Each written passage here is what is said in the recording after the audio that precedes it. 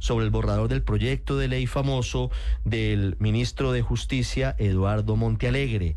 El borrador de decreto que empieza a discutirse en 15 minutos por parte del Consejo Superior de Política Criminal. El ministro lleva este proyecto que busca darle beneficios, incluso políticos, a los integrantes de las bandas criminales, beneficios a quienes ya hayan pagado cárcel, beneficios que también cobijarían a los integrantes de la primera línea. Camila Carvajal. Sí, señor Ricardo, y esta mañana hay desarrollo alrededor de este polémico proyecto. Les contábamos ayer que primero el ministro de Justicia es el padre de esta criatura, que es el proyecto de ley que van a presentar a partir del próximo domingo, cuando arranca una nueva legislatura, para darle beneficios, zanahoria, cambios en la manera en la que hoy se judicializa a los jefes de los grupos criminales que no tienen estatus político, es decir, todos menos, por ejemplo, el ELN. Ahí podrían entrar cabecillas y delincuentes, por ejemplo, del Clan del Golfo o de las bandas de Buenaventura, chotas y espartanos, o de la oficina en Medellín y el Valle de Aburrá. Pues bien, ya ayer se hizo la primera conversación con los integrantes de la mesa de paz de las dos regiones, la de Buenaventura y la de Medellín,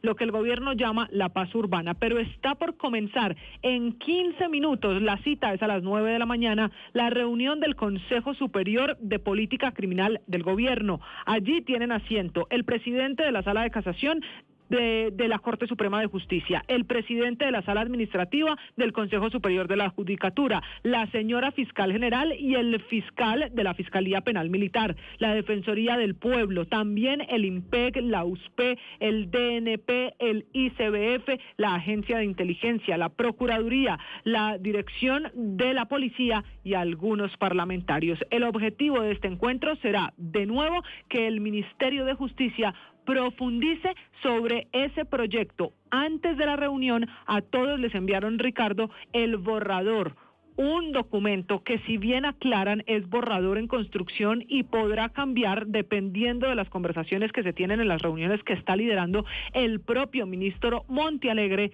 Es el corazón de lo que propone el gobierno. Se mantiene la idea de que los integrantes de estos grupos, de estas bandas criminales, paguen máximo 8 años de cárcel. Las penas podrían ir entre 5 y 8 años. Se mantiene en uno de los artículos que esas penas se podrían pagar en colonias agrícolas, centros de armonización o en casas étnicas, y que a cambio, dice el proyecto en ese borrador que les han enviado a todos antes de esta reunión que está por comenzar, citada por el ministro de Justicia, se tendrían que tener como requisitos la entrega de armas, la entrega de bienes que tienen estas personas o los grupos en general que se puedan acoger a los beneficios, tendrían que participar en proyectos de participación ciudadana y obtener el certificado de buen comportamiento. Así las cosas, el ministro de Justicia, nos han contado, comienza explicando por qué, a su juicio, este no es el primer proyecto de esta naturaleza que se plantea en Colombia. Dice que simplemente es la modificación a la Ley de Justicia y Paz de 2005, la de los paramilitares, y deja también muy claro el ministro Montealegre en estas conversaciones,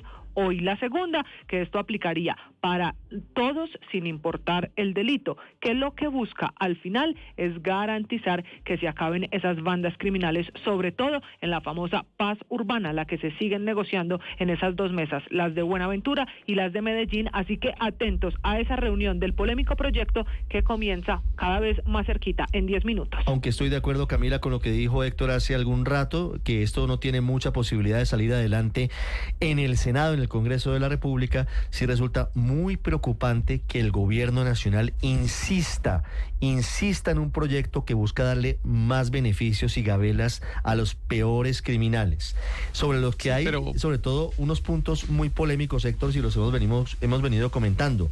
Libertad condicional para los capos que ya cumplieron 8 años de prisión o las 2/5 partes de sus sentencias anteriores, si se acogen a las nuevas reglas de sometimiento.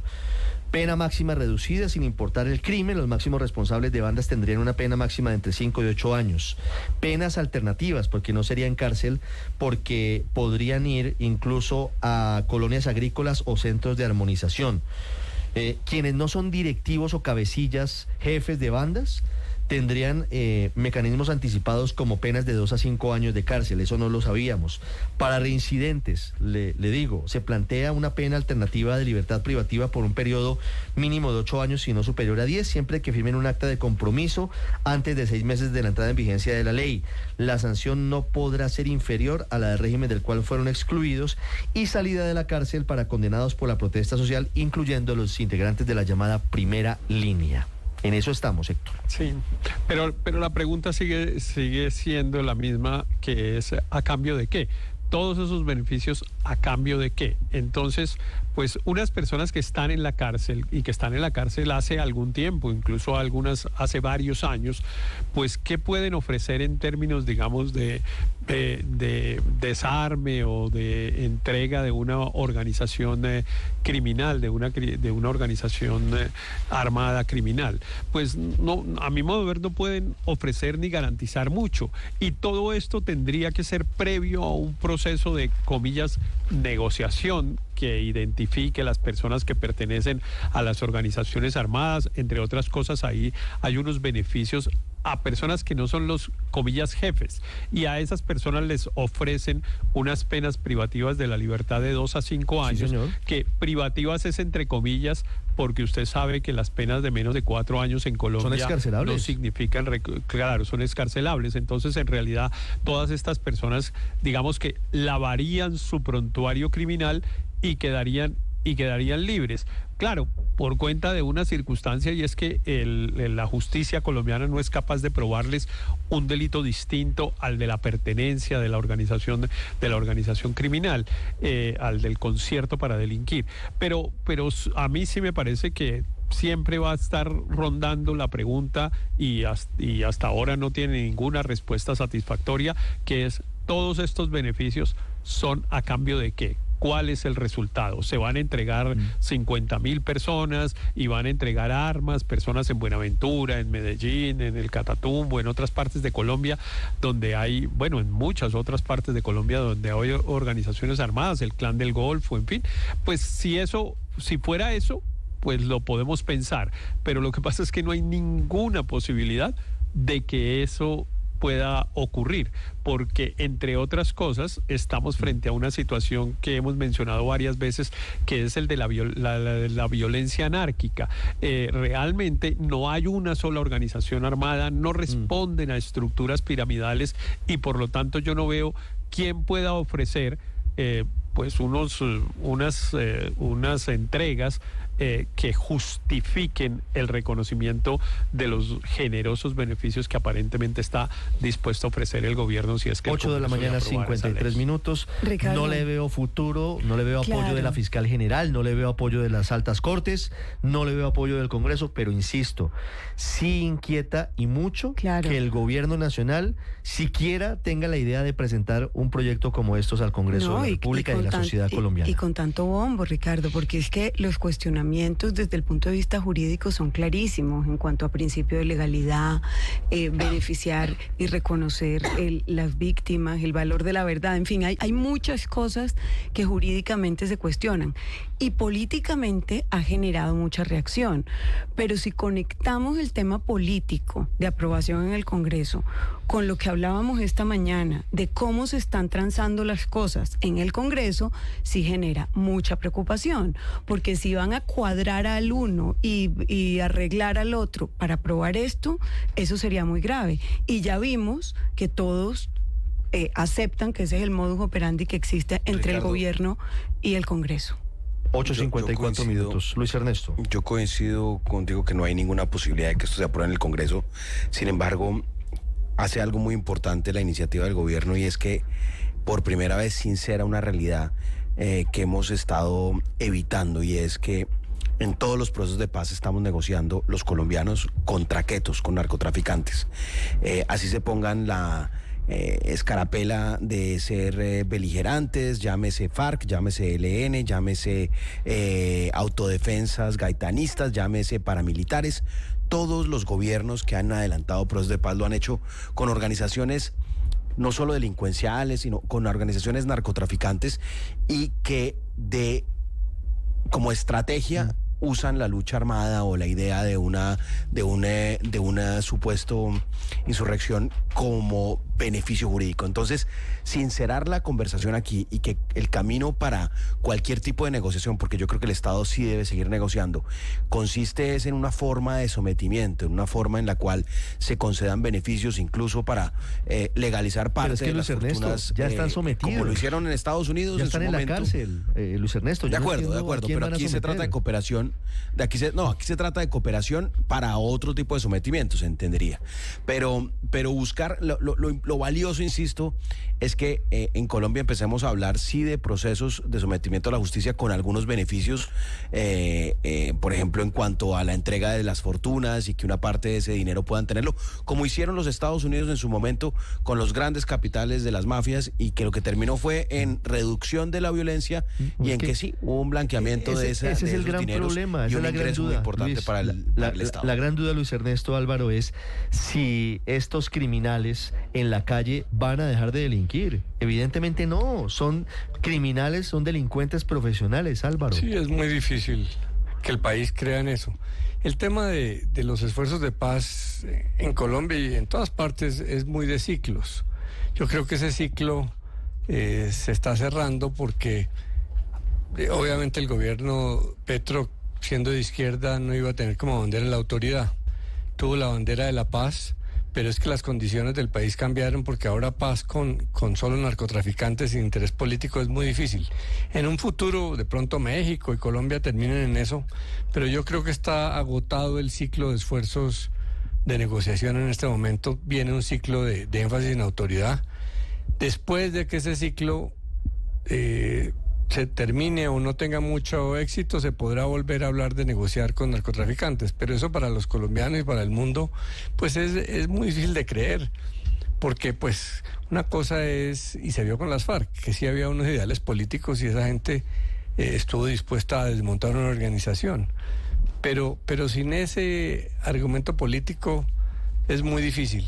Entonces yo creo que esto no va a pasar en el Congreso. El ciclo de las búsquedas de paz negociada, yo creo que se está cerrando en Colombia por ahora. 8:57 minutos. Muy manguiancho el gobierno con los delincuentes, Aurelio, a través de este proyecto de ley. Sí, Ricardo, pero yo creo que no nos debemos contentar con decir que tranquilos, que en el gobierno no va, en el Congreso no va a pasar. Sí, que en el Congreso de la República no va a pasar. Yo creo que no nos contentemos con eso.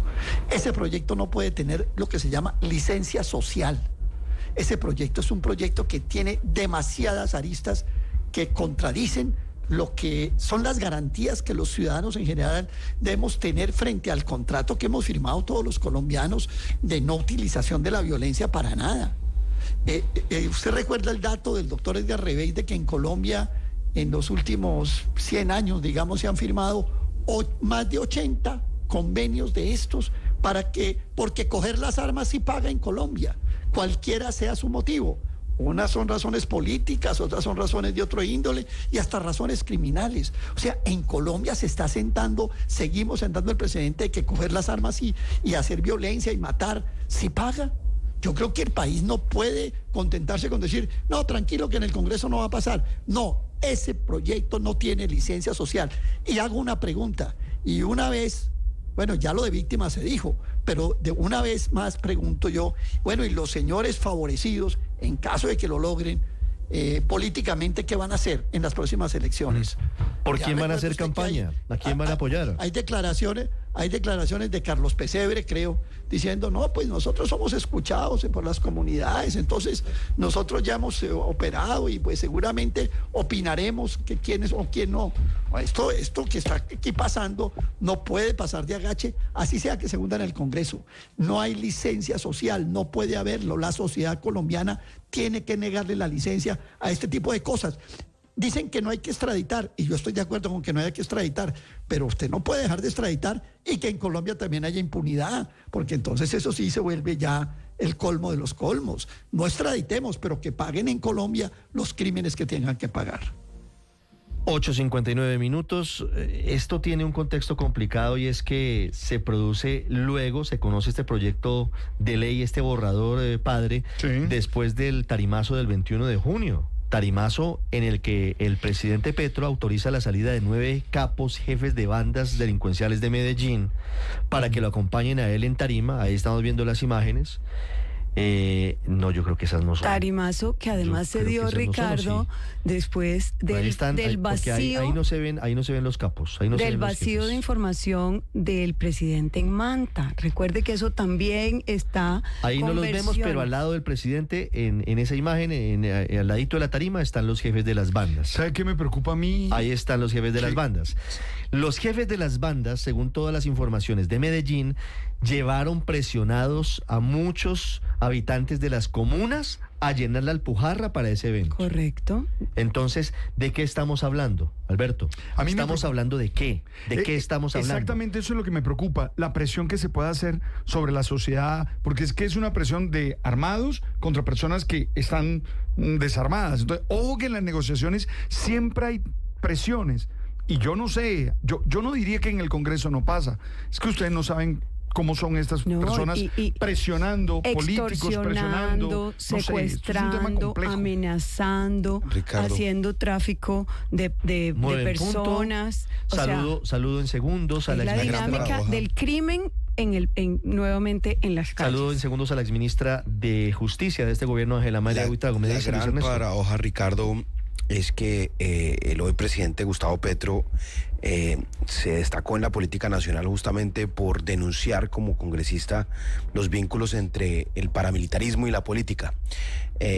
Y lo que pasó en la Alpujarra no es otra cosa que una expresión de exactamente lo mismo, la mezcla de organizaciones delincuenciales con movilización política y un riesgo de movilización electoral, y eso sí es algo verdaderamente inaceptable que merece toda la observación y la observancia, de aquí al día de elecciones por parte de todos nosotros. 9:02 a.m. Papel preponderante en todo esto de la senadora Isabel Cristina Zuleta. En todos los episodios de esta novela está el nombre de Isabel Cristina Zuleta. 9:02